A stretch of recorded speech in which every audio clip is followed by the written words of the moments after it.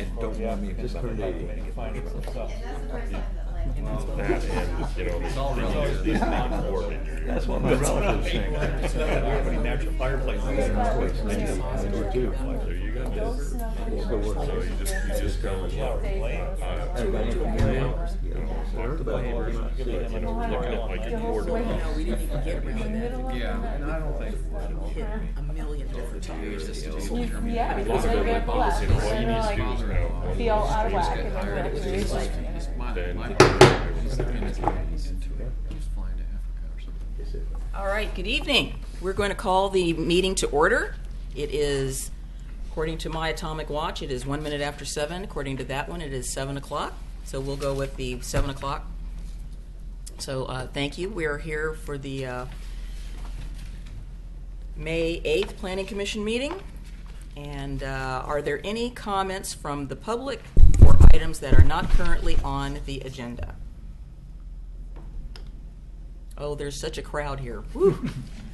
And while we're at it, I think we all want to welcome Vern. It's your first official meeting. So you have gone from the frying pan now into the fire. So welcome to the fire. What's the next step after the fire? Oh, then you go to the barbecue grill. 911. Oh, okay. Yes, thank you. Come to my 911 Halloween store barbecue for a grill. display. He looks excited. I can tell.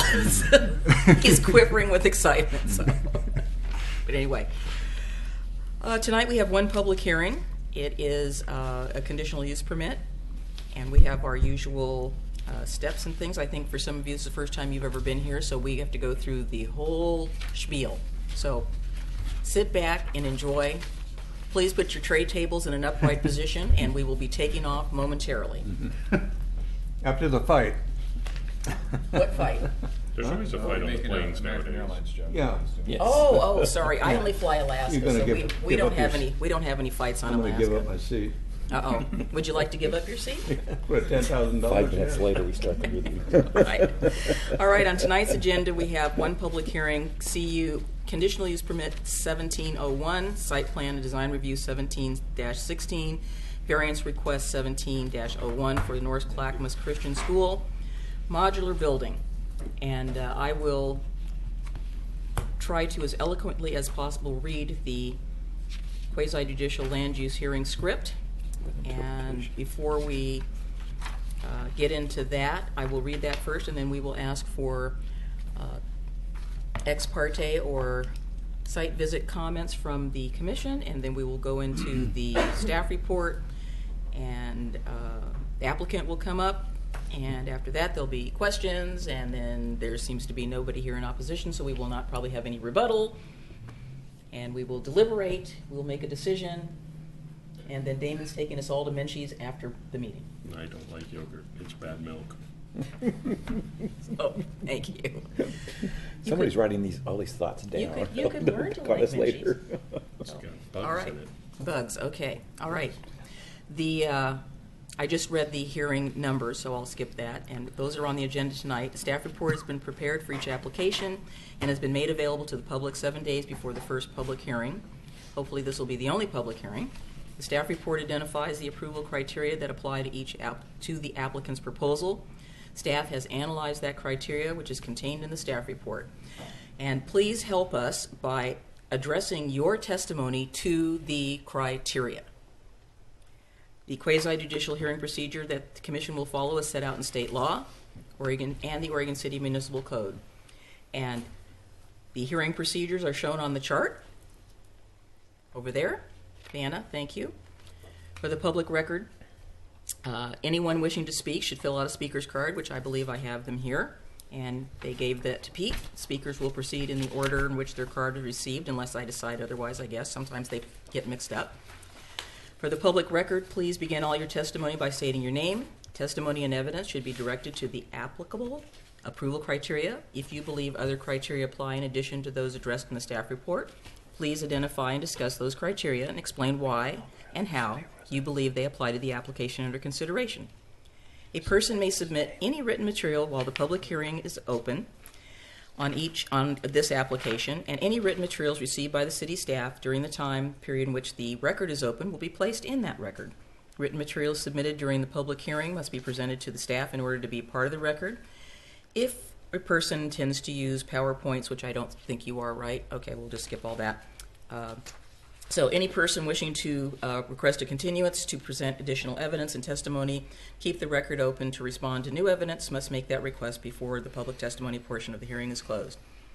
If the Planning Commission makes a decision in which you disagree, any issue you may wish to appeal must have been raised in consideration of the City Commission or the Land Use Board of Appeals, or both, without raising an issue on the record with, gentlemen, sufficient specificity, and accompanied by statements or evidence that the city and all parties can respond to, the issue will not be deemed appealable to the Land Use Board of Appeals.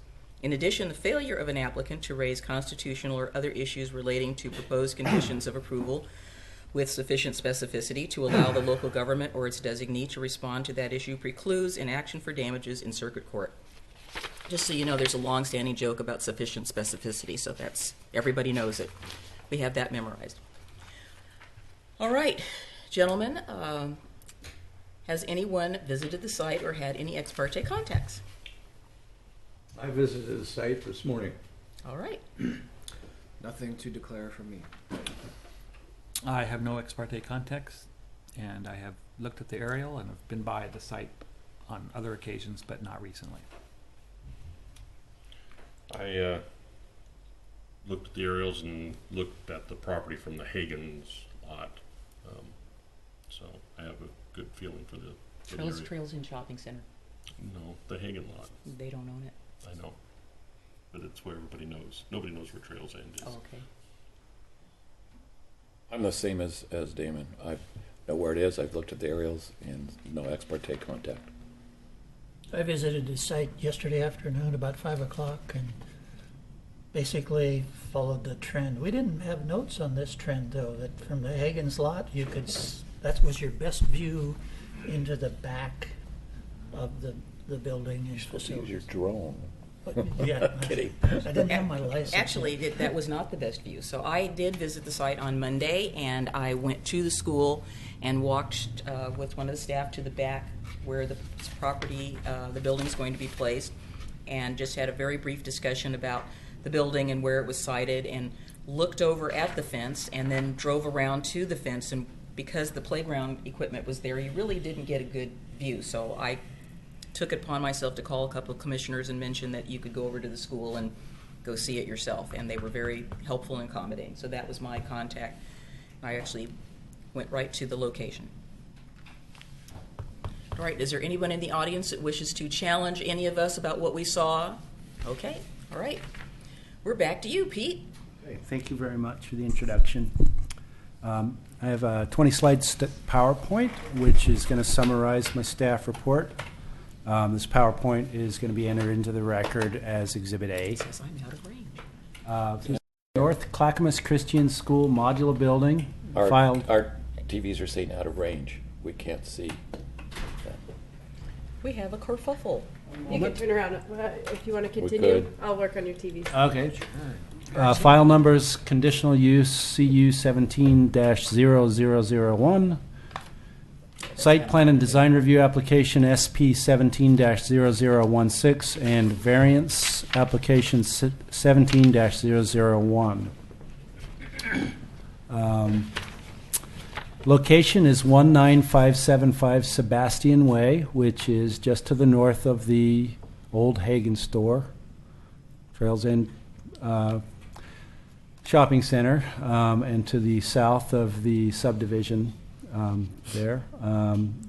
Project site is indicated, with the future location of the modular proposed site is indicated with the yellow rectangle.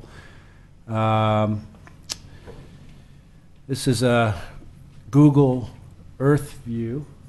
It's okay, I'm just going to come over here because turning around Okay. is a major neck problem. Google Earth oblique view from the south, looking towards that property. The school owns the main site as well as a separate tax lot, which is not part of this application, but this is the daycare facility on this property. Oops, sorry. Existing conditions, so the school was constructed in 1973, and then, as far as I can tell, annexed as part of a larger annexation to the city in 1984. There is an existing conditional use file approval from Clackamas County, which is filed 27-73. And the minutes of that Clackamas County Commission meeting are part of your record, which that's what's in the record. The main tax lot is about 5.5 acres. The school itself has a current enrollment of 262 students, of which there are 26 pre through kindergarten, 125 kindergarten through 6th grade, 10 secondary school, I may have that right, and 27 staff. The zone district it's in is the R10 single-family residential zone, and private or public education or training facilities are listed as a conditional use. And when you have a expansion of a structure on a development which is listed as a conditional use in our zoning code, it triggers conditional use under the current Oregon City Code. Sorry. Yeah. Where are the missing 100 students? Then I may have that wrong. Is that about 100? I missed a 0 on there. Okay, All right. 100. Sorry. Okay, and so this is a 28-foot by 64-foot modular building. It would be located at the rear of the site, behind the existing buildings, mostly screened from view. There are also going to be 2 new pathways, sidewalks, and a ramp added with landscaping. This is going to be used as a media center library space instead of the existing library space, which will be converted into a study area, indoor space for students to eat during inclement weather. It's not a classroom, so there's no anticipated increase in student enrollment or staff, and no anticipated traffic impacts. This is a plan indicating the setbacks of the proposed site. It's about 20 feet between the existing high school and the music building sidewalk here. It's about a 30 to 40 foot distance, about 20 foot from the play area, and about 13 feet from the edge of the soccer field. So it would be tucked in there. That's sorry for the large scale, but this is the floor layout. Very simple modular construction. Wall in the middle, 2 doors, and 4 sets of windows. Landscaping plan, I'll show you a blow up of this. It shows you the location that we discussed. This is the landscaping plan. So the eastern side of the building, with the main entrance doors and the windows, is facing the existing building and music room. The pathways would be coming in here, and the ramp, and then a stair up to the top of the ramp. Landscaping would be, on the landscaping plan, this is discussed as a rain garden. With native plants, and taking drainage from the building and putting it into a filter system on site. Now this is proposed by the landscape architect, and from our engineering development services, the amount of impervious surface that's being created here does not trigger stormwater plan compliance. So the landscaping plan is fairly flexible. It's not required to have a drainage plan or be hooked up to the storm system. Building elevations here indicated. Facing eastward, you have the wall with the windows and doors. Facing the soccer field or facing west is going to be a blank wall. And then the building ends are indicated here with the AC and mechanical equipment. The applicant is applying for a variance from 6 sections of our code, which I'll explain later. We've basically, for simplicity's sake, we've discussed the variance sections as being divided into two types. Because we have an institutional and commercial building design standard set in our code, one of the sections of codes has to do with where buildings are placed on the site, and that requires that new buildings be placed no farther than 5 feet from the front of the property, so that you have street activity and pedestrian access to the building.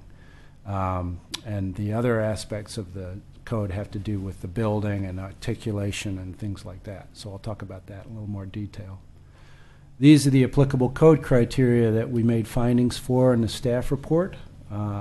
With the single-family residential dwelling district has to meet the dimensional standards and use requirements for that. Conditional use section, site plan and design review, our administration and procedures section, off-street parking and loading, variances, stormwater management, erosion and sediment control, grading, filling, and excavating, public and street trees, and street sidewalks and public places.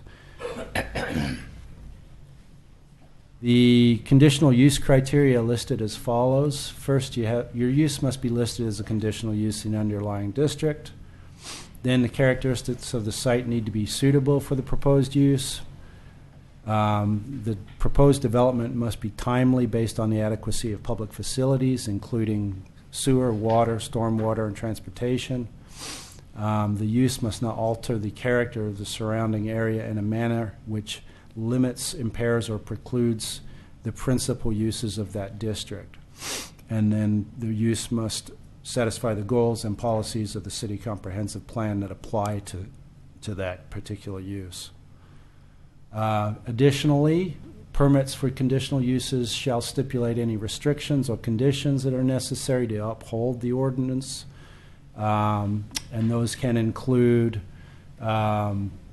such things as that the Planning Commission deems necessary. Staff has recommended certain conditions, which I'm going to go through. The use must meet the dimensional standards of the zone in which it is located unless otherwise indicated, as well as minimum conditions listed below. In the case of a use existing prior to our current ordinance, any change of use or expansion of this lot or structure must conform with conditional use. And it can also, the conditional use approval can specify further expansions. In this case, B, C, and D have all been met. The applicant has not requested any further expansions with this application. The variance requests, I've made a table here to explain what they are. Basically, there are 6 sections of code from which the applicant requested a variance. The first 3 sections have to do with the site layout, and that is 1762-055C5, 1762-055D1. Those 2 sections basically say the same thing. This section requires a maximum setback of 5 feet from the street, and that if you have a certain amount of property frontage, most of your new buildings have to be within that area. 60% of your new buildings would have to be within that setback. This next section requires that the area that is included in a setback, if it is enlarged, require certain elements in it in order to create pedestrian activity. In this case, the setback from the street is so large that the applicants requested a variance from it, and we'll go into that in a little more detail. There is a requirement for sheltering elements in this code section. The applicants requested a variance from that requirement. And the next set of criteria have to do with building design. Variation in massing is this code section is intended to break up expanses of walls for visual interest. Minimum wall articulation, and finally transparency. New buildings are required to have 60% transparency on the front and 30% on the side. and the applicant has explained their reasons for these variances in pretty good detail in their application. Essentially, what you have is an existing site where the parking lot is built on the front of the property. In 1973, that was the code that was in place, and that was what governed that site plan review. And there's quite a bit of vegetation and trees on the front of the site as well. The applicant's proposal for mitigation is that this building is essentially not visible from the street and not really visible from any other parts of the property, with the exception of a small portion of the Hagen lot, and you have the playground equipment between the new structure and where the building would go. In addition, there is quite a bit of landscaping proposed around the building to mitigate for those conditions. So the grounds for granting a variance are listed here. The variance must not cause substantial damage to adjacent properties by reducing light, air, safe access, or other desirable or necessary qualities. The variance must be the minimum variance that would alleviate the hardship. Granting the variance must equal or exceed the purpose of the regulation to be modified. Any impacts resulting from the adjustment must be mitigated. There must be no practical alternative identified which would accomplish the same purpose and not require the variance. And the variance must conform to the comprehensive plan and the intent of the code, the zoning code.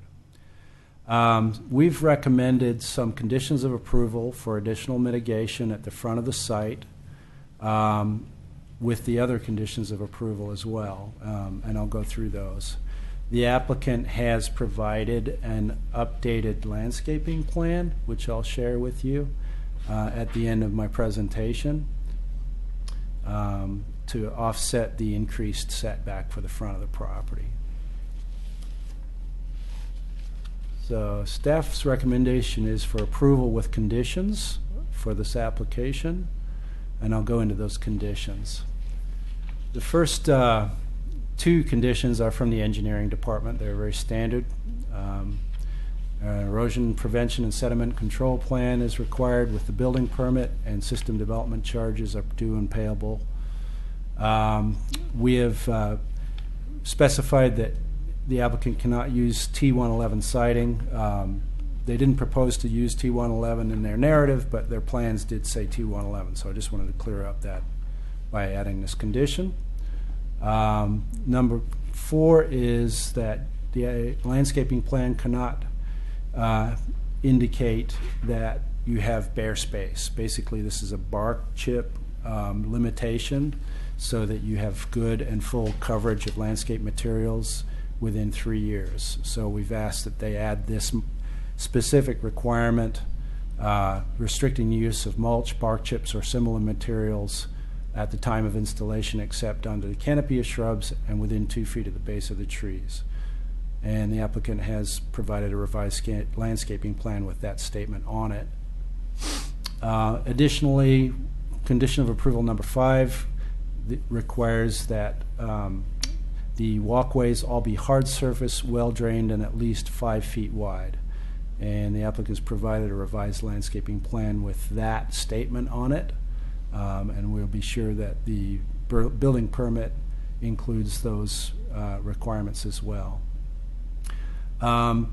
With respect to outdoor lighting, there's one light bulb proposed on the east side of the building, but it's more than 13 watts incandescent. It has to have a full cutoff fixture on it, so we're requiring that. Pardon? You mean a light fixture, not a bulb? A bulb, yeah. Even a bulb has to be, yeah, screened, so it's not a naked bulb. And because there is a building entrance, it has to be lit to a minimum of 3-foot candles. So we're wanting a documentation of that light level with the building permit. Finally, number 8 wasn't finally. We're requiring the applicant provide at least 2 colors with a paint palette to provide additional visual relief and distinguish between wall planes and trim. And the condition of approval that we've recommended for further mitigation of the variance is essentially the language in our code for improving access and experience in the front setback area. So this section of code requires certain elements such as tables, benches, or approved seating areas, enhanced landscaping, cobbled stone or enhanced concrete, pedestrian scale lighting. There's a range of choices here, and I'll share with you what the applicant has proposed in response to this condition of approval. First, we will look at that. So,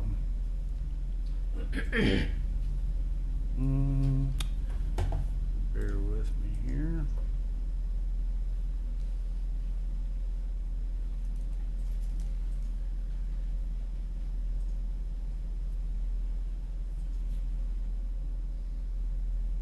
Okay. So the landscaping plan that the applicant has proposed, if you look at the front of the site, there is a grove of trees in the front. There's also a reader board with the sign and the school sign here. The applicant is proposing the addition of some tables underneath the tree grove here and some enhanced landscaping around the signs here and here. And there's a blow up of this landscaping on these diagrams. Let me zoom in a little bit so you can see that.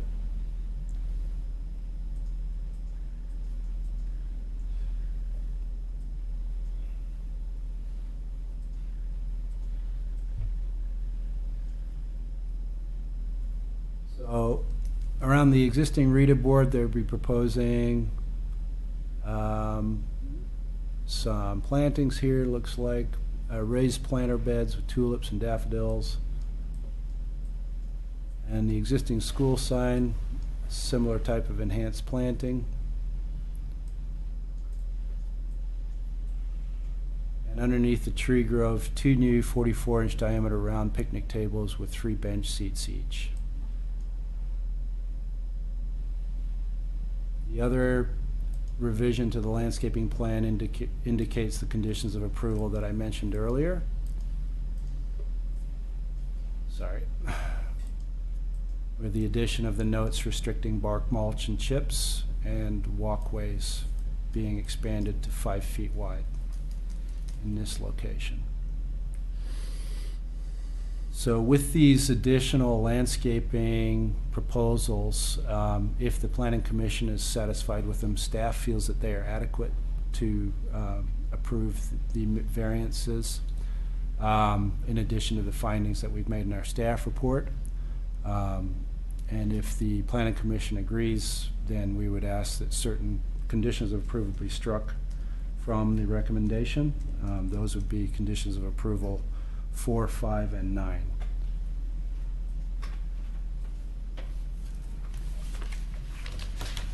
Could you repeat that last sentence again about?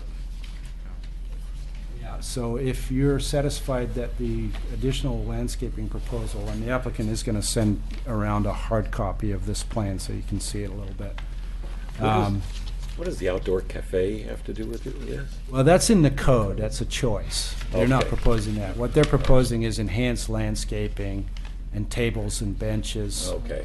Those are basically the 2 options that they've proposed. Something I'm not familiar with, maybe Yeah. it's been covered before. What's the deal with bark mulch and all that? Bark mulch is basically restricted because rather than plant plants at an adequate spacing, if you just use bark mulch, and you don't get good plant coverage after 3 years in a lot of cases. So we just require that restriction Really? Okay. when we do the landscaping inspection at the time of occupancy on the building. Okay. With irrigation, it's usually not a problem, but there's a minimum spacing there for plants. Okay. Yeah.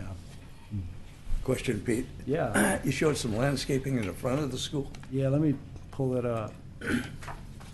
Uh-huh. and we're proposing a structure in the back of the school? Right. So normally, because of the existing site access here, there's really no way for them to put this structure on the front of the site. Yeah. But the intent of the code is to try to have buildings that are built up to the street and which are pedestrian friendly and which have good access and visibility from the street. So our intent with this recommended condition of approval was to try to enhance the pedestrian experience within the front setback area. But the pedestrian experience are staff and students driving to a parking lot. And their pedestrian experience is quite limited, Well- it would seem to me. Well, I had a Well- pedestrian experience while I was there. You know, you walk from your car to the front door? Yeah, and then Oh, I yeah, I walked, did, yeah. and I walked to the back, so. Well, the applicant did make that point. Yes. In their application as part of their findings for the variance. And yeah, I can't argue with that. The current situation is such. And the applicant has no objections to this configuration of landscaping? Well, they proposed this in response to the recommended condition of approval. You have a so- question? Oh, okay, I got it now. Yeah, Right. I do too. This is just play between the No, you go the ahead. applicant and the staff. Yeah, between the time the staff report went out last week Mhm. and today is when they came up with this proposal. So it's in the front as opposed to down the hallways. Well, the reason I asked the question is normally landscaping is tied to the structure, and then we're skipping over the structure to the front of the, Yeah. Well, Yeah, well, it has then- to do with the entire You've got, site. yeah, so- you've got landscaping that's softening the structure directly adjacent to it as well. But we've recommended this condition just because of the intent of the setback in this area. Yeah. Pete, Yeah. if you were to just add the same amount of square footage to the rear of the building without doing the modular, would you be subject to the same setback and building design standards that you're asking Square the? footage of landscaping? Well, no, not square footage of landscaping, but building Mm. articulation and front setback and, all the pedestrian-oriented Oh, if type you were design standards that you just- need for new buildings. If you were just adding on to the, Yeah, as an addition, Right. rather than a standalone? yeah. We'd probably have to look at the existing building walls and see what percentage. And is there a of- certain amount of percentage that triggers the Yeah, requirement? yeah. Okay. You'd, Thought there was. you'd Yeah. probably have to explain why you're not building it. Right. This section would apply because it's a standalone building though. Yeah. So the requirement is for the new buildings to go on the street. So without this variance, this code is intended to upgrade properties like this, right? Right. To move buildings so that all new structures do go in front. Okay. Yeah, well, I think a school presents a fairly unique situation that really doesn't apply to other sort of commercial structures. So I would say, in comment about the revisions and your recommendation, is that bulbs are an annual plant. So when they're not blooming, there's not going to be anything there. So I think we need to add something that there need to be some perennial plants or shrubs so that the bulbs can be there in between these other things, but that when, because I don't know about you, but my tulips and my daffodils, they're gone now. So there's, we're out of that season. Obviously, iris and a few other bulbs are coming up, but I think we need to add that there needs to be some perennial shrubs of some sort there amongst the bulbs. And then my other question is, typically in landscape establishment, it's a 2-year time period. Why are we suggesting 3? I mean, as you know, I like to see a little bit bigger plants so that they grow faster and they do what they're going to do, and you don't have a lot of places where people would cut through. 3 years just seems like a really, really long time. 2 years in the code or I mean, 3 that's in the industry. It's 2 years, a 2-year establishment period, and then, they should be good. Yeah. Yeah, that's not an industry standard though. So So who's monitoring that in If- that if- 3-year time period? if you were going to add that as a condition, or at least amend a condition, it would be condition number 4. Oh, about the perennials? About the 2-year versus 3-year thing. Most plants can get established within a 2-year time period. I Yeah, mean, I'm just they're saying, not, if- yeah, they're if not you wanted gonna, to specify that. unless, they're like that. And I don't think they want to plant something that small. Okay. Vern, Tom, questions from staff? Not a lot of questions from staff. No, To staff, from you to them? No. Okay. No, Tom, none for me. you're still peeking, looking? Is there a comment from the fire department on this? Not yet. Normally, the fire department doesn't comment until building permit. Okay, because I have a real concern about everything being on one face and no way to get out of that building if something's happening on that face. I think that's a legitimate concern. Building will be subject to review by our building division, which does include some component with fire department as well. So it will be reviewed for compliance for safety. I think what he's Definitely. meaning is that in a conditional use permit, those sort of things, ingress, egress, access, are all part of that permit. So I think maybe we want to make some finding about that. But I think 'Cause in terms I of do vehicular agree with pedestrian you. circulation, but not stuff that's related to the building code and fire Well, egress. and it was the egress. one thing I looked at that was the one thing I was imagining when I was there as well. I was looking at, imagining the building being there, and there where the two doors would be, because this is a typical modular building, and thinking, okay, that's fenced, that fence. How do you get out of there? Yeah. Yeah, I mean, site-wise, I think Yeah. the whole site, Yeah. that's Well, fine. But no, I don't feel qualified to look at the Yeah. building and say Yeah. whether or not it has adequate Yeah, egress. I or think we're ingress or accustomed to getting egress. comments from our Yeah. Well, partners at the application stage. Well, and I have a much more sinister concern. So well, I'm sorry, but we're in that world today. You're fine, and it's you're fine. happened in Oregon more than once. Sure. And if you can't go out the back, Right. because there ain't no back, Mhm. there's not even windows to smash out. Yeah, that makes sense. And it's a lot of combustible material. Yeah. So anyway, Just two notes. One is that we did send the pre-application conference as well as this application to the fire department, among the many other partners that we yes. send this to as well, so they are aware of the project. And then two is that, just a reminder to keep all of that we want to stay focused on whatever those criteria are, which, take a look at those conditional use criteria. safety of and- children is a criteria in my book. That's another code that the applicant would have to comply with, and another agency that has to apply it, is it not? I mean, is that beyond our jurisdiction to, I know we can question it, but we don't have the authority to deny it on the basis of it not meeting another code that we have no authority over. Nobody said anything about that. I'm just sort of. He's raising I know, an I'm issue just of concern to him. Sort of setting the stage here. Yeah. So you're No, thinking of something other than We're not- fire, we're other not dangers? talking- We're not Among- talking about that. The other dangers that occur occasionally. Okay, I understand. Yeah. Never thought about it. Yep, okay. All right, Pete, thank you so much for that. Thank you. All right, would the applicant like to come up, or applicants like to come up? Yes. Was there one more of these, Pete? Welcome. Just in case. Hi there. Okay. So I'll start. You need to be at the table so that the mic can pick you up, and then I'll you can help. give Pete will come out and get all your cool stuff. So my name is Roseanne Johnson, and I work for Bluestone Homes, and I'm consulting with North Clackamas Christian School on this project.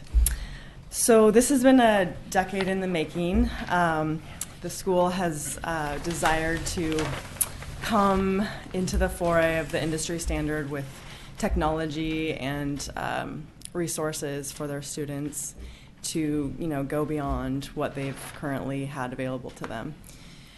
So I'm passing around a updated, the revised front setback area and landscape plan, which I would like to address the concern about the bulbs, perennials versus annuals. Up in the upper right-hand corner, you'll see a legend that correlates with, two-letter codes and lines on pointing to areas around in the landscape area, and those two letters correspond to certain types of non-annuals. So you'll see like some short, like a dogwood, and I think kinnikinnick. I always say it wrong, but like some Japanese berry trees and shrubbery, arborvitae, in addition to those tulips and daffodils. So I just draw your attention to those things while you're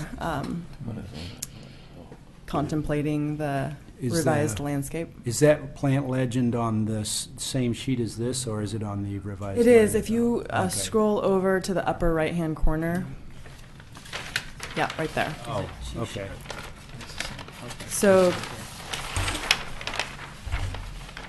Give us like two. sure. So there's a quantity of 50 kinnikinnick. Kinnikinnick. Kinnikinnick. Yeah, Thank you. it's a hard thing to say. 10 Japanese barberry, a couple Kelseed red twig dogwood, 4 mountain fire andromedas, and then 3 arbovita, 5 to 6 feet high.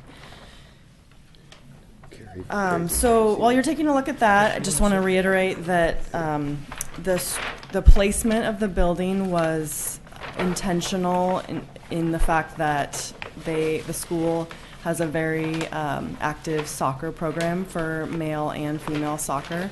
The soccer field is shown in part on this landscape plan, but in full on the full site plan and proposed site plan, which we are. Can you pull that up, Pete? We have had our surveyor out multiple times to shoot the lasers and make sure that all the dimensions would work for an industry standard, college and high school level soccer field, which is currently slated to be 65 yards wide, and then of course 300 yards long. And it allows for at least a 10-foot buffer around that for safety of play, in addition to some minimal landscaping on the west side of the modular building.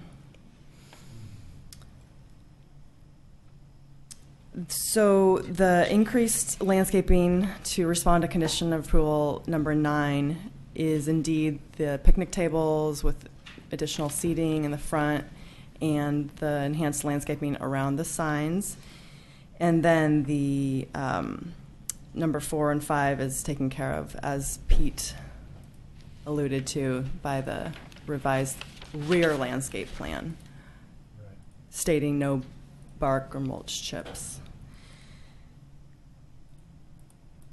And also, just to confirm, there are 110 students in grades 7 through 12. So with the 152 pre-K to 6, that is where we got the 262. Sorry about that. Oh, that's fine. So I would just like to say thank you for the time of the director who extended our application timeline because we were within the window at her discretion.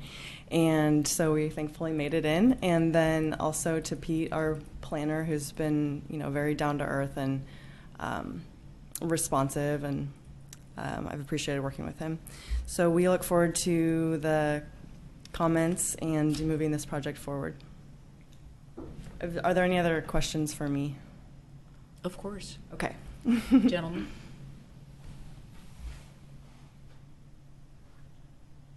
I'll ask. Have you guys considered enhancing the buffer between the residences? And I know it's not necessarily directly related to the addition, but enhancing the buffer on the north property line between the So there are some very well-established trees there, Yeah. deciduous trees, and there's a fence. And, many of those houses, or several of them, are 2-story. However, with the trees, by the time you're at the second level, you can't really see. I mean, when I'm standing in the lawn out there, I can't look through the trees and see the second story, through the second story windows. I guess what I'm concerned about are the views that the single-family residences might have of the school, and the impacts that visual impacts that might be occurring there. Okay, so you're asking, are there views that the northern residences have of the school currently? Yeah. Yes, they can see the high school as it projects out to the west. Yeah, between 3973 and 3946, I guess it is. I guess we're not on Yeah. it's not really, Pull the- but there's a, Yeah. pull that- Pardon me I'll for a pull- second. pull the aerial up Yeah, with the yeah. addresses. I think it's on here.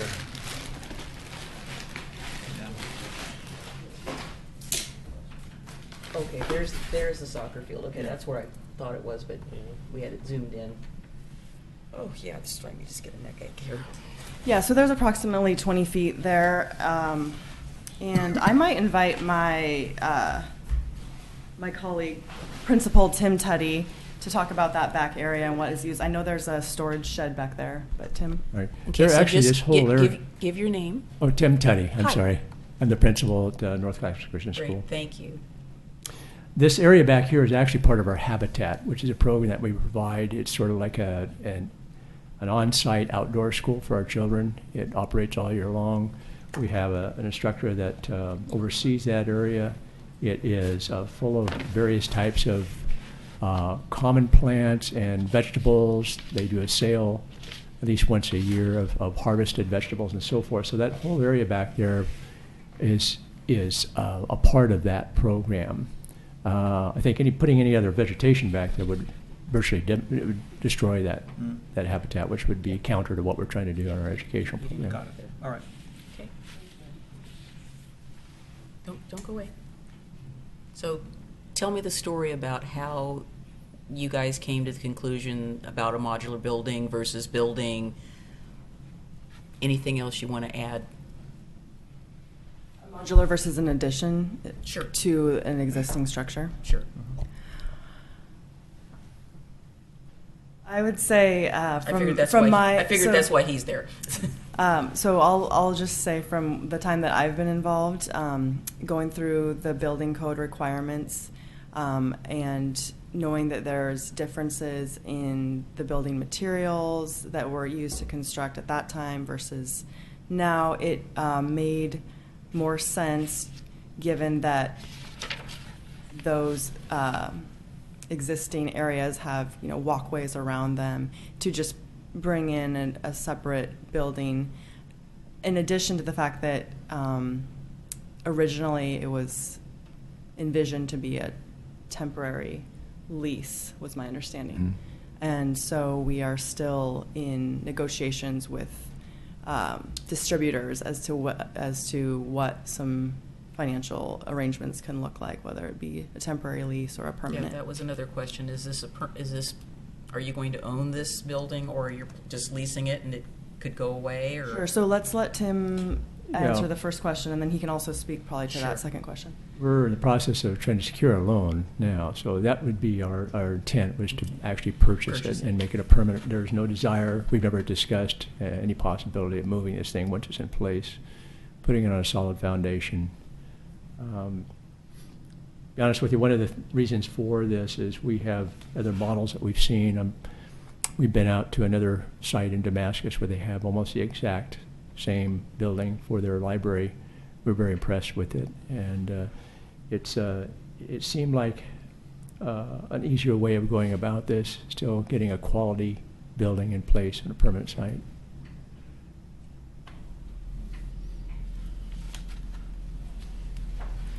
What are your thoughts about evacuation of that structure with only two doorways out of it?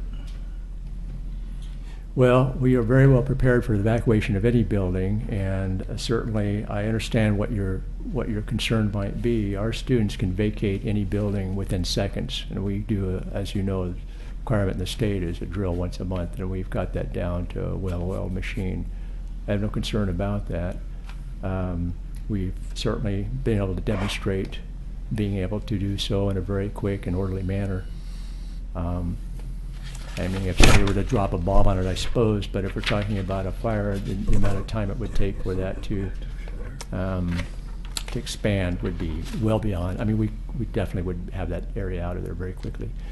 Part of this is obviously we're looking at extending our wiring and so forth. I mean, we just got a new intercom system in our school that goes across all areas. New bill system that we're using. We use it for lockdown drills and fire drills and so forth. So, I mean, it's. I don't think it's going to be an issue, quite frankly. Just my experience. I've been in public education for 37 years before I came here, and I'm well versed in school safety, and met many times with fire marshals, and we've talked and negotiated and so forth. So. Okay, well, I'm gonna. You have everything pointing to one courtyard, and the two doors are effectively adjacent to each other. So if a fire were to occur in front of those two doors or along that face of the building, there's no way out. If, heaven forbid, and I'll say it, an active shooter should hop the fence and be in that courtyard, nobody can go anywhere. I really think it behooves you to put, at the very least, one in each corner, fire doors that open out into the soccer field. I hate that I'm even thinking about this, but it's the reality that we're in. And, to throw the extra element, you're a religious school. So if somebody wants to get all finicky about stuff, you're even more of a target. And so it just, I think just, Think about it. it just scares me that all other buildings, every other modular I've worked with the other schools, and they've all got at least an opposite side exit, and I would think probably that's something that the fire marshal's just going to say in general, but it's terrible that we have to think about this stuff, but I'm a teacher. The first thing I do when I walk into a room is look at where everything and everybody can go. It's I understand you have drills, and if that's great, but you also have to have alternatives if the drill methodology doesn't work. Somebody sets a garbage can on fire because they were just thinking it was fun, and it's the garbage can right there, and now where do the kids go? So, and being able to open a door rather than smash out a window is a much cheaper alternative in the long run too. So that's that. As far as the building itself, the need for it, frankly, I like modular buildings because the very fact that they have to be transported, they build them outside of our building standards. They use 2x6s instead of 2x4s, and the other question I kind of have is how you're going to get it back there. Yeah. That's your problem, and I'm not worried about it. I just we just got that out. Yeah. Curiosity. We've had some modular, site Yeah. project managers come out, and we have a general plan for that. If you'd like to hear more about it, we can share that. But to address the first concern, first of all, thank you, and we appreciate that concern because obviously we're in education and we're doing this because we want to enhance the education of all the students there, and God forbid something happen. To that end, I know that the school in the past few years has enhanced their complete front safety, and I know Tim could speak more to that. They have a lockdown system. No one gets in the door, without being unlocked, but through a visible sight. And all the other doors are kept locked on a schedule, and so I do see your point. To be honest, I don't want you to talk about what your methodology is at all in this public setting. I don't want ideas out there, but I just want to, if you only got one way in or out of a place, it's easy for it to get jammed up. Tree falls, the fire, shooter, whatever. You only got one way in, you only got one way out, and that means, plans can be disrupted. So, I don't want to know about your methodology. I just want to know that there is. Right. And the alternative, if you've got an idea, shouldn't be that difficult to put a door on the backside, is my thought. So, It may just cost more for that sort of thing. well, it's a cheap bit of insurance. Yes. So thank you, and I would appreciate hearing, from Pete's perspective, what the next step for that would be. If that's something that is decided at the planning commission level, if that's something that gets decided, at the building permit phase, or if it's a tandem approach. So I would, welcome Pete's comments on that, and we're also very open to this idea. So, thank you for bringing that up, and we will look at it. Okay, Thank you. That's what I'm asking. And I wholeheartedly agree with everything you just said. My concern was dynamics have changed nowadays, and people can come over fences no matter how well you protect. And it's funny, our thoughts were in the same level. There you go. I agree with him. All right. I'm concerned for Go those right kind of ahead. things. On the fire exits and emergency exits are obviously, we don't think of them every day, but I know there's programs and plans in place to be aware of them. Do you have you must have a regular fire marshal come and inspect your school on some random period? Totally unavoidable. Yes, we do have that. And we get surprised every time. Oh, so you do have the inspection? Oh, absolutely. Also- And we have to also keep state- careful records. That's why we do the monthly drills. We have to identify the level of safety that we have. And we've also gone an extra step. We have partnered with Oregon City Police and spent a significant amount of time working with them Sure. in these very same areas. 'Cause It might be just a suggestion that contact your fire inspection people, whoever they are, and say, we're doing an addition here, and have them give you their opinion or their suggestions on, is this borderline or is there no concern whatsoever? This Yeah, is we- about fire, what we're talking about. No, I know, Yeah. the fire inspector, when Yes. he comes and inspects your building. yes, most definitely. We have no problem with that. Yep. Yeah. It seems like it'd be cheap insurance to at least ask the question of them. Yep. How would you categorize your interaction with the neighborhood and other public in the area?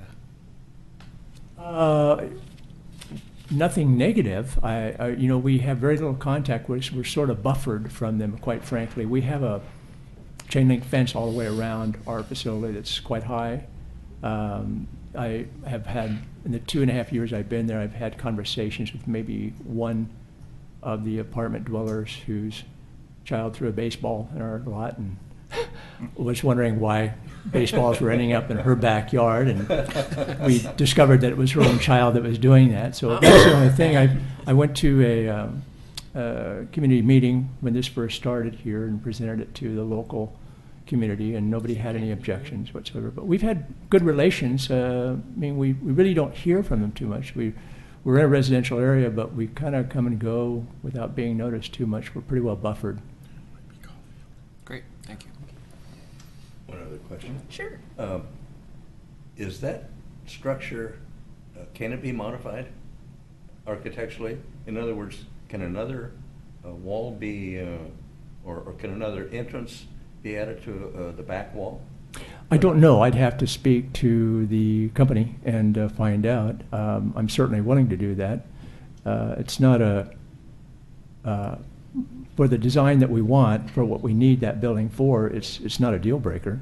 Okay. I don't think it makes much difference to us whether we have two doors close to each other or one on each corner. Quite frankly, I've seen these modulars both ways. I've not seen them on the back side before, so that would be a new question I'd have to ask. Well, I agree with what Damon is saying. I think it's a paramount concern to the parents, at least, and we take on a certain amount of responsibility in approving and reviewing these things, and I would feel more comfortable if there was a different way out of that structure. I really would, because what he's bringing up in terms of, let's say that area got blocked by one reason or another, there's just no way out. We can understand the glass because of the playing field, but it's the entrance that you're Yeah. talking about. Maybe it's an emergency It's just Yeah. door only. So to answer your question, yes, it can. This It- is it not can set be. in stone. It It can can be be modified. modified. Yeah, there are so many different ways to place configurations for yeah. windows and doors, but the way that we had asked for the elevations and the plans for the this application, not the building permit application, because that could be something different. But for this was, their standard. This is a standard plan, and it has to have two doors for fire code, Oregon Fire Code. Mhm. And in this case, the two doors were relatively close to each other, and, centralized. So that the ramp for ADA access can come up in addition to an additional access point up the stairs. So yes, it can be modified, and we can. And it is consider going to that. be sprinkled? sprinkler system? They come that way. Okay, Yeah. all right. So if I can interrupt, I just want to give a lot of pushback actually to the Planning Commission on this one, because we've combed the code and there is no criteria that talks about this issue.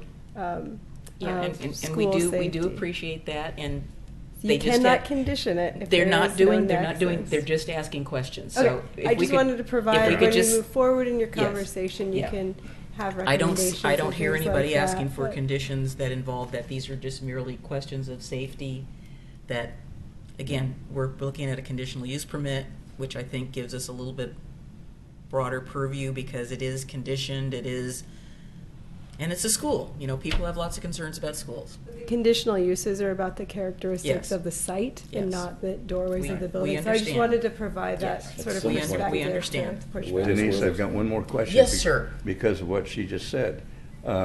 Carrie, can we not apply another condition for another access out of that building? Is it against the law? Do we have the authority to do that? You have the authority to impose conditions necessary to satisfy the criteria. And part of the I criteria don't- would be the safety of those kids, right? There's not. There is not a criteria for about safety. the safety of the Wow. kids. Wow. But that's not to say that there aren't other laws that cover. There are many other Safety. laws that cover It's safety. just not in our purview to They're worry not about. in our purview. Right. Our purview is the appropriateness of the use and the site and its details. Yes. But not The building structure? department is charged with ensuring the safety of this structure. And in consultation with the fire and the police. You can make a recommendation. I think that the applicant has heard your recommendation and I think is going to move forward accordingly.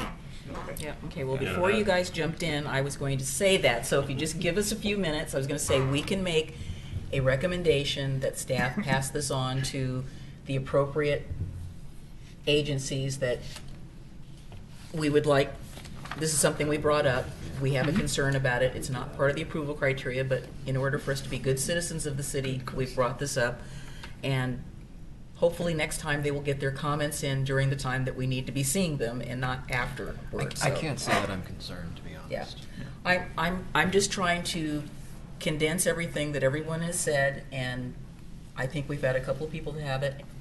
Pete has heard it, it's gonna move on, it's not a condition, it's just a suggestion, so. And I don't even necessarily care about a recommendation. I Yeah. just wanted to bring it up. Yeah. You said you'll look into it. He's good. I'm satisfied with Good that. with that. It's- Okay. Because sometimes you get so focused on, do we have the right trees, that you forget, do you have a door in the building? No, And I will speak to that because when I was in the Navy, we found a space because everybody's had part of the plan. And there was a space that was completely sealed off with no doors because nobody had the plan with the hatch. So until it flooded and we cut the wall open and discovered there was a void, nobody knew it was there. So I understand how blinders can happen. I just want to make sure that the blinders are off on that question. Okay, all right. Anybody else? I would say that I appreciate the additions and suggestions that you've made regarding some mitigation and the perennials. And this is just a personal thing of mine. I would lose the arborvitae. They're not worth your money. They will die within 4 to 5 years, and then you'll have to put something. I mean, I don't know if you really need to put anything behind your reader board sign. So if you don't need them, don't spend your money and buy arborvitae. They just don't last. I was looking at where you have them, and you've got them literally right behind the reader board sign. You want to keep your sign from getting mold on the back or anything. I hate arborvitae. They are not a native plant material. They are terrible, and Home Depots sell them, and they just end up dying after a certain period of time. So they're just, matter of fact, I just cut one down by the McLaughlin house because it did this and leaned over into the parking lot. So I took my little saw and we just cut it up, and believe me, if they all disappeared tomorrow, I'd be very happy. Is that a recommendation? Again, Denise, or a that's a requirement? recommendation. Yes. So anyway, that's a recommendation. Just lose the arborvitae. I don't think you need it. All right, gentlemen, are we ready for a motion? Do we want to close the public hearing? Mr. Doug, do you want to speak? Okay. Would you I like to move- speak? Okay, we're good, all right. So I move we close it? And we have no rebuttal? Nope. Unless you want to rebut yourselves. So I move to approve. Wait, we have not closed the public hearing. Oh, That's what I We was have to do trying to that. do. let's close the public Okay. hearing. So thank you very much for your testimony. We're going to close the public hearing, and we're going to deliberate and make a motion of some sort, and then you'll be able to go home early. Thank you. All right, thank you. All right, closing the public hearing? Well, everybody knows what I was going to say, so I'll let somebody else say it. Oh, you just please You say go it. ahead and I'll second it. Please say I it. move to Oh, let approve Vern the do it. proposed. This is his first meeting. Oh, yeah, well, Vern, do You the wanna honors. just Let make this Vern one? second it, so it'd be his first meeting. Okay. But go ahead. All right. Now I'm all confused. Now you're Okay, all I move to confused. approve the proposed conditional use permit and Go ahead and variances. second it. So you Second. Okay, so it has been moved and seconded. Is there any further discussion? We've got just, Are we going to approve the amended landscape plan with the removal of conditions of approval 4, 5, and 9? we can. He made the motion. Is that the motion you're making, Paul? Do we Yeah. want to make a Yeah. friendly amendment to the motion? Sure. Okay, so Pete, would you go over that 4, 5, and 9 just one more time? So the motion is to approve the conditional use site plan and variance with the removal of recommended conditions 4, 5, and 9. With the addition of the adjusted landscape plan. With the addition of the adjusted landscape plan. Yes. Correct. So we have perennials and annuals in the beds, and no arborvitae, and new benches, and some tables out in the front. Okay.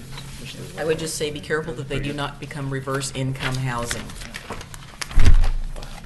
All right, will you accept the friendly amendment? Oh, absolutely. And Mr. Absolutely. Johnson, would you accept the friendly amendment for the second? Yes. All right, it's been moved and seconded. Pete, would you do the roll?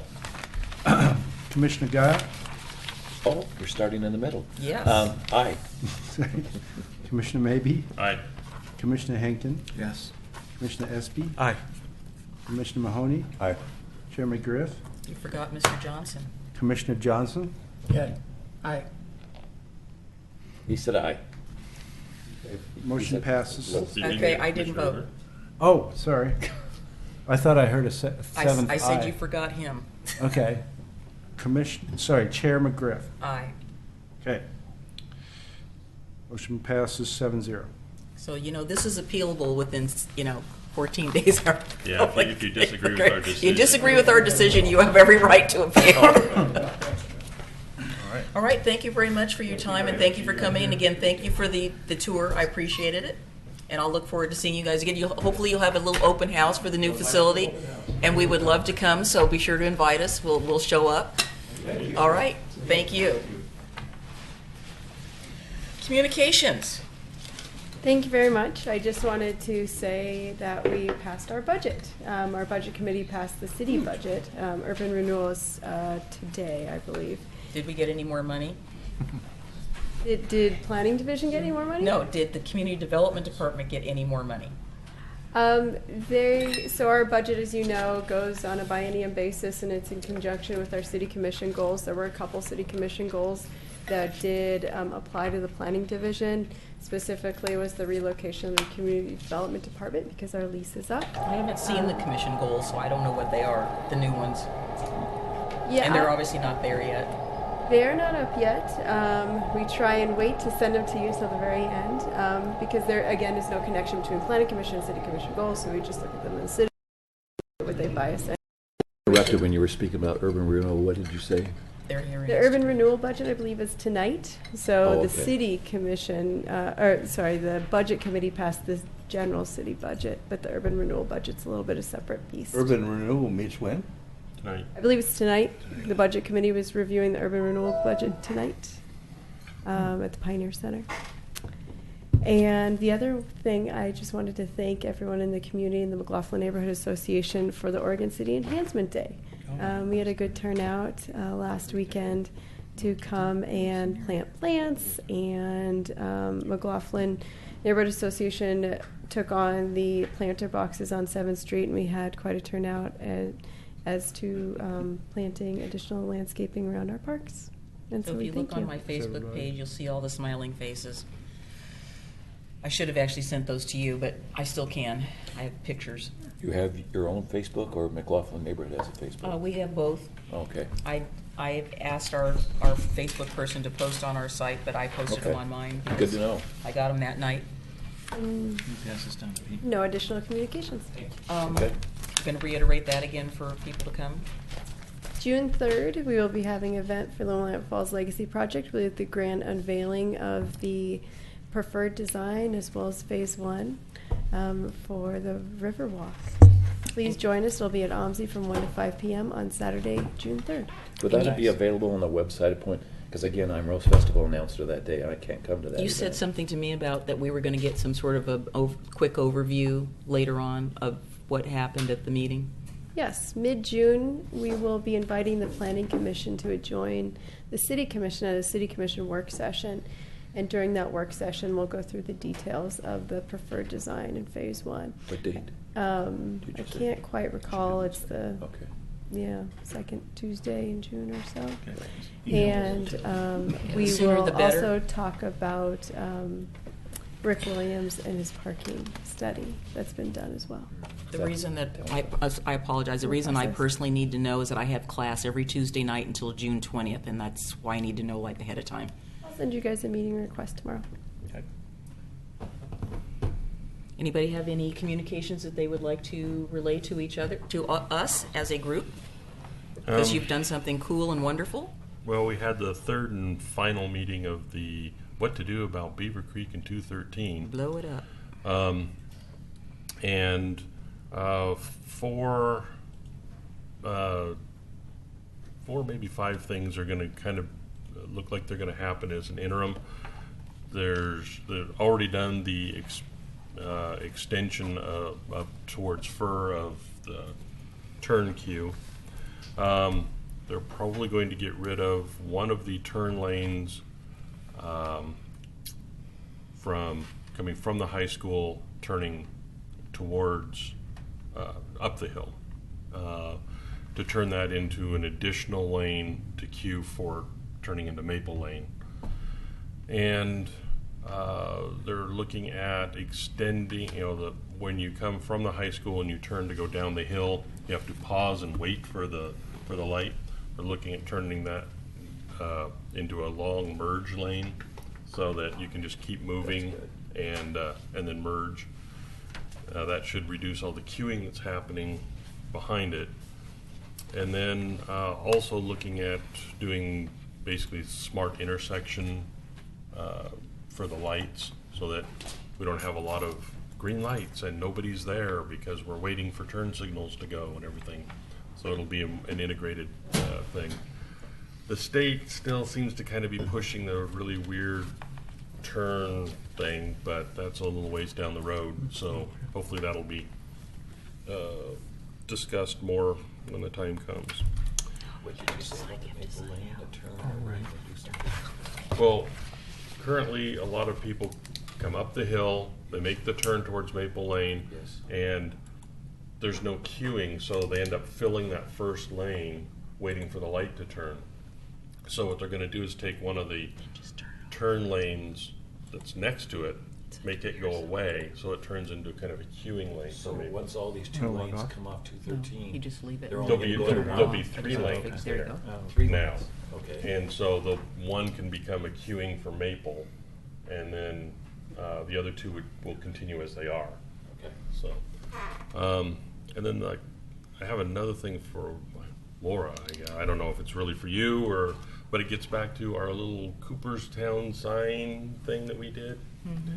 The thing I forgot to mention, I knew there was something bothering me about it, but and I drove by there and I remembered, they have an illegal sign there.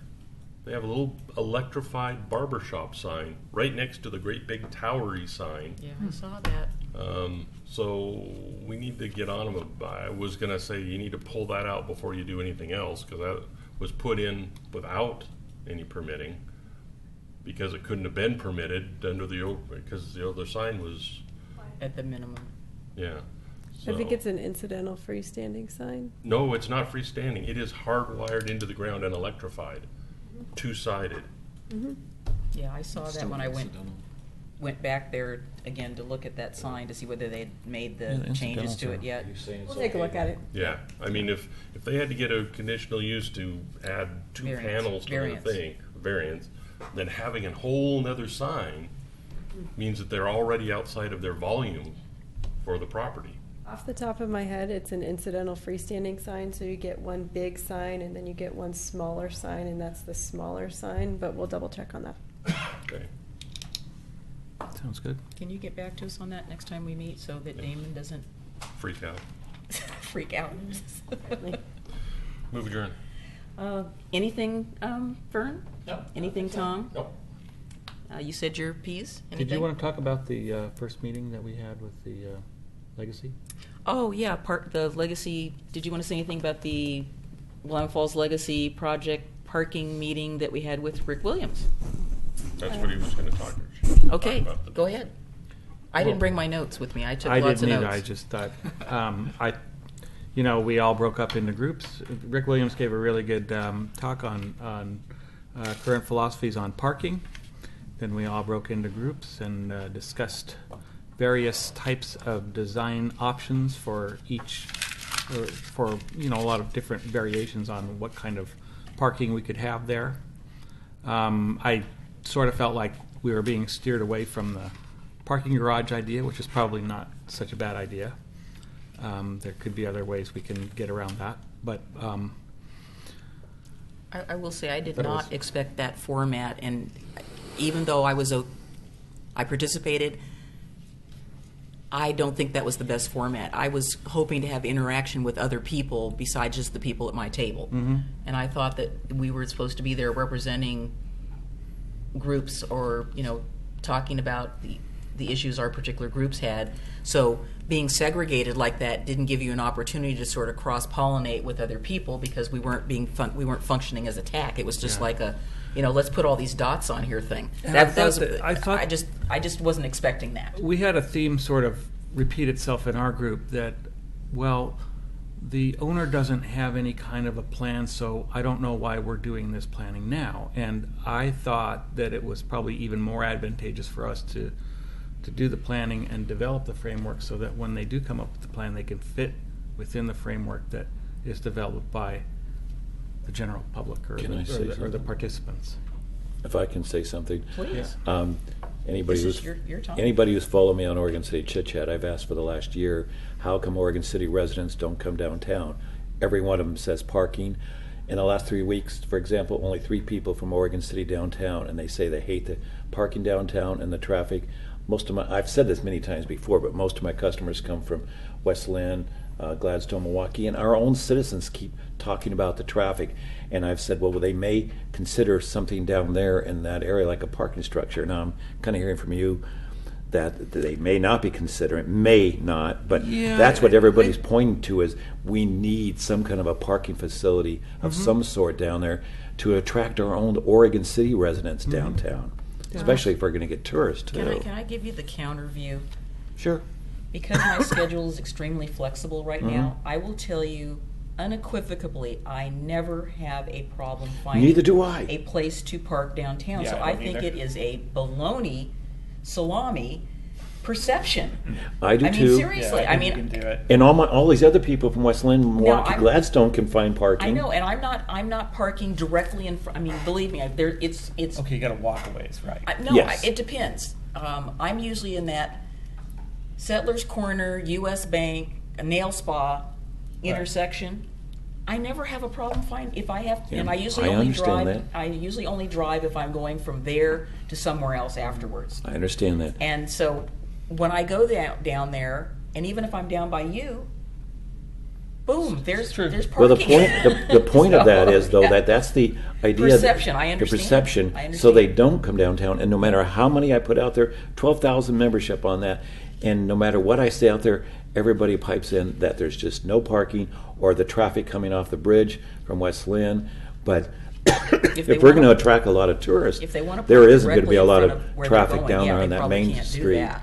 They So- can't always do that. So as we all know, there was the framework plan for the Willamette Falls Legacy Project, and as a condition of approval was to do a transportation demand management program. And that's what Rick Williams is working on now Right, through the yeah. Riverwalk. And what that TDM is to build a toolbox and figure out what are all the tools So we're not picking a tool yet. We're figuring out what should be in the toolbox and what are those resources. So as a part of this project, we had a series of 3 summits. There is no TAC or anything like that. We just wanted to make sure that various groups from the city participated, but it is not an advisory body. It's a series of exercises to come up with a Are they conclusion. going to put it out Thanks to the for adding that. citizenship like they did the That's Willamette good. Falls? Say that one Are more they time? going to put it out to the citizenship with a?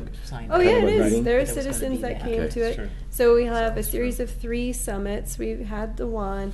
We'll have another one, and then I appreciate all of this excitement for parking because Rick Williams will be at this work session with the City Commission, and we'll talk about it. And it's great. It's well timed because we wanted to do it before that parking summits, before those were done. And so you'll have been through 2 of those parking summits when we have our work session with the City Commission. So we can sort of figure out So there's the been policy 2 there. already? No, There's we been only had one, there'll be another one, and then there'll be a third after our work session with the City Commission where we'll have Rick Williams talk about parking. But overall, the requirement is that when the Riverwalk comes on board, that there'll be a TDM project. And so you'll see this, of course, when the Riverwalk comes in for permitting. You'll review it through a Type 3 application. And this is one side project to get to a Riverwalk. For the public listening, can you tell them what TDM stands for? Transportation Demand Demand Management. Okay. So we want to look at transportation. It's really an access plan of how you get to and through the site. So what are all those tools? Is it not, it's more than parking garage. Maybe it's as a business owner that you have your employees park somewhere, or you give them a parking pass to park somewhere else, or you figure out how that works with adjacent neighborhoods. So putting all these tools together, do you offer subsidized TriMet passes or whatever the things are? Let's build a really good toolkit so that we have the tools to pass along to private development when they come along. The other thing I've heard from some people, well, I hope they don't do what Portland's doing and cut down. They're trying to force us all into bikes because it's rained for 145 days and we don't want to have to ride a bike through downtown Oregon City because I guess they're cutting down to 1 lane on Division and Hawthorne and all those. No, it's not 1 lane. But they're hoping it's not going to be like Portland, that forcing people to go on their bikes. What we do want to provide is opportunities for safe opportunities for multiple modes of transportation. Everyone doesn't have to take a bike. Cars are still allowed, but if you want to take a bike, do you have a place to park that bike? Yeah. Right. And is it safe? And I'm safe, right. Yeah, People that do our wanna next ride their meeting's bikes on the don't get 24th of May I'm going to let the public know. 24th of May? for the Willamette Falls thing. But Oh, anyway, no, I yeah. mean for the next next meeting of about the, That's what she That's just what I said. just said. oh, Willamette Falls. I thought you were talking about parking. Yeah. So Yeah. I will say where I have Sorry. noticed the parking crunch is because we have, more and more restaurants downtown. I see a lot of people from Oregon City, and they all tend to drive to the restaurant. I mean, that's after 5:30, 6 o'clock. But I think what you're also perceiving, and it's definitely a problem, we've brought it up before, is that the traffic on Main and the bridge is where the little bit of the bottleneck is. And Yes. the traffic that's going, let me get my directions right, east-west backs up the north-south traffic. So if people who are trying to go to Canby or whatever, they are literally slogging through downtown Yes. Oregon City and then going out, under the railroad bridge. They don't generally take, they won't generally be on, if they were on 99, I think they would not speed, that's not the word I want. It would help the flow instead of going down Main. So it's really tough. I know one of my big issues is that I was always trying to get to the printers before they closed at 5:30, and there are times when I'd be at 10th and Main, and to get to 7th and Main, it would take me 15 minutes. So I'd usually just ditch my car, and I would run like crazy down to the print shop to pick up, because it was just literally crawling and crawling and crawling. And that's where, and I know that we've talked to John about this, about getting the state to take a look at the lights, and the timing, because it's all going across and back. But this way, it's just a big bottleneck. And being a business owner down You're there, right there. what I noticed, you wouldn't believe the road rage out there because I wish they would have a sign as you come out of the tunnels to turn onto Railroad to go straight across, because all these people go on Main and they're trying to turn left, but all that other traffic's coming Yeah, straight trying to on. turn onto the People are bridge. throwing things at the cars in front of them and laying on their horns. They're yelling and swearing at each other, and I cannot believe the commotion out there on the street. It's amazing, but Yeah. it would be simpler if they just get off Railroad and go straight across rather than trying to turn left against Yeah, the traffic. It's very difficult to turn Yeah. left on Main. I to wish go somebody to would the listen bridge. to the people about that. Yeah. So anyway, we brought it to the attention of the city engineer, and hopefully we can get the ear of somebody from ODOT to hear that. So And ODOT has been, for the Legacy project, they did have to do traffic study. That is a large component of development review, obviously. And ODOT is well aware of traffic patterns downtown, and it has a special designation to allow more congestion. Thus, we saw some other conditions of approval as part of the Legacy regarding a deceleration lane for when you come down from the Stillhouse area to turn right onto Railroad Avenue so that it's safer. So that there are definitely some requirements of the Legacy project to improve safety. That's good. Yeah.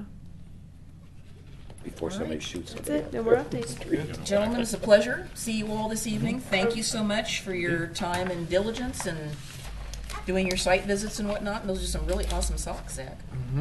I'm a big sock person. I like different socks. Yes, we are. Thank you. See you, Bob. Okay, you do it. Zach.